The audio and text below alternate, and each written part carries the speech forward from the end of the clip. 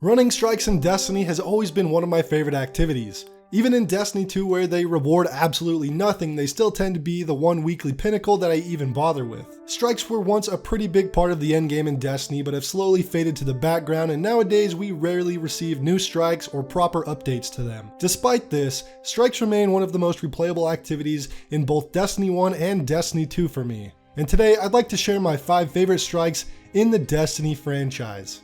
If you go on to enjoy this video, be sure to leave a like and subscribe for more, but let's get right into the list.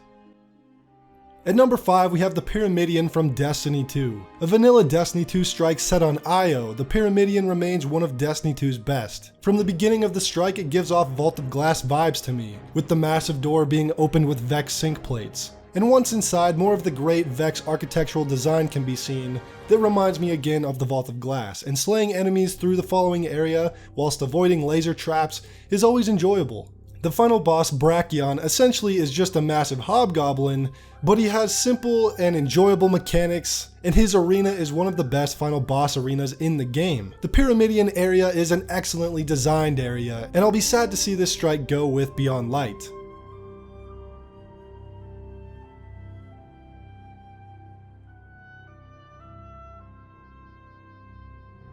At number 4 is the Shield Brothers from Destiny 1. Released with the Taken King and taking place on Oryx's Dreadnought, the Shield Brothers is one of the most memorable strikes in Destiny. The dual bosses at the end complement each other so perfectly. Valis Maul is the first to appear that will jetpack and melee you, being really aggressive. After depleting his health to about 50%, his brother Valis Tlu'urn will appear and act completely opposite of Maul, staying back and using his ranged mortar attack.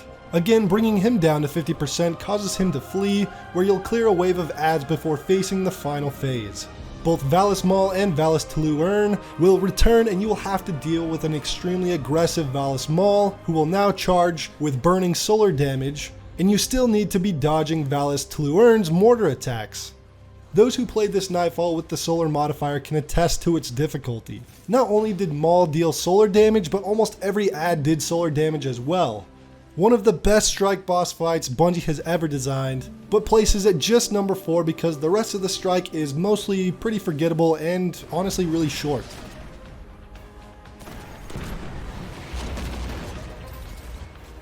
They're finished.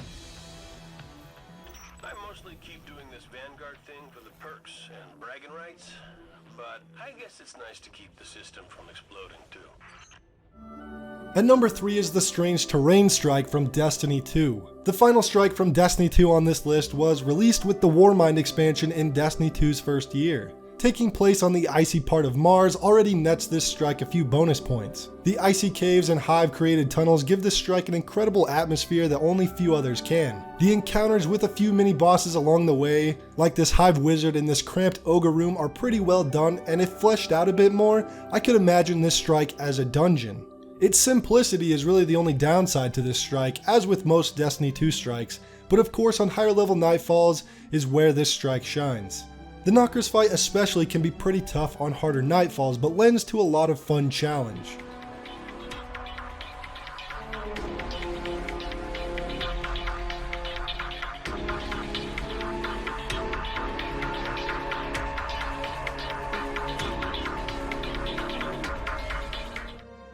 At number 2 is the Summoning Pits from Destiny 1.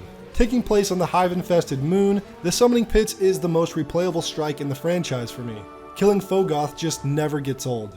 While a relatively short strike, fighting through its few areas will always lend to a lot of fun. The first area with the wizard mini-boss at the end was always a pretty tough challenge on harder difficulties, and Fogoth, well, sometimes people resorted to sitting back with Icebreaker to cheese him because he could be such a pain in the ass.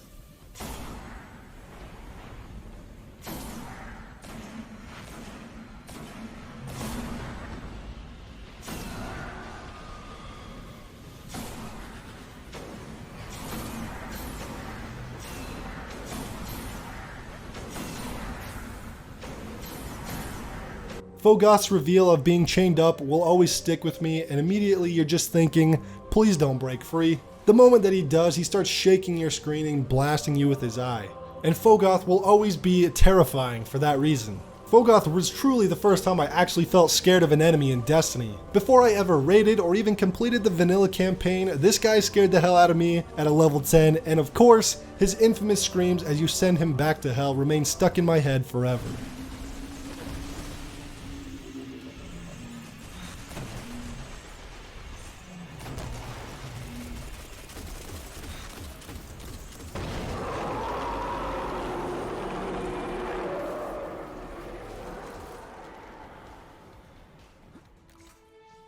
And before I mention number 1, I just want to mention 2 strikes that just barely missed my top 5. The first one is the Warden of Nothing from Destiny 2. It's the ultimate homage to the Prison of Elders and fans of Destiny 1, and fighting the Warden at the end is a really nice touch. It was just a little bit too long for my taste. And I also want to mention the sunlessel from Destiny 1, which has an extremely memorable final boss a la Cool with some great lore surrounding him. But besides the amazing scenery and the final boss fight, the rest of the strike is just not the best. Shrieker Room comes to mind.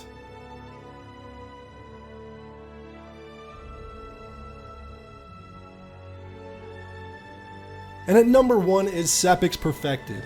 While the original Devil's Lair strike was great and holds many memories, I think it's more than safe to say that its Siva redesigned Sepiks Perfected just outshines it. The now snowy and Siva infected Cosmodrome area for this strike looks amazing, and its fun gameplay throughout stays intact. The variations to this strike really added to it as well, like getting a massive amount of hive spawning with an ogre mini-boss, or you would get a Siva walker tank with heaps of splicers. Both versions were great. Of course, Sepiks himself got a redesign and some proper mechanics added to his fight.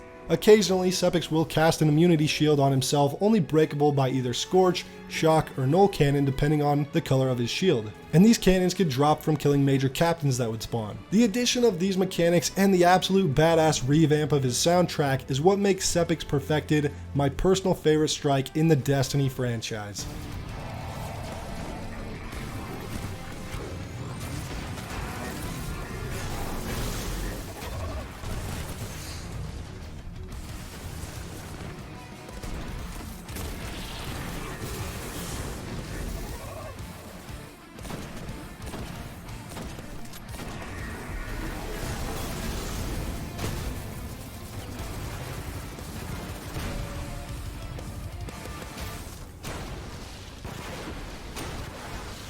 But that's just my list for the best strikes in Destiny. Let me know which ones are your favorite down in the comment section below.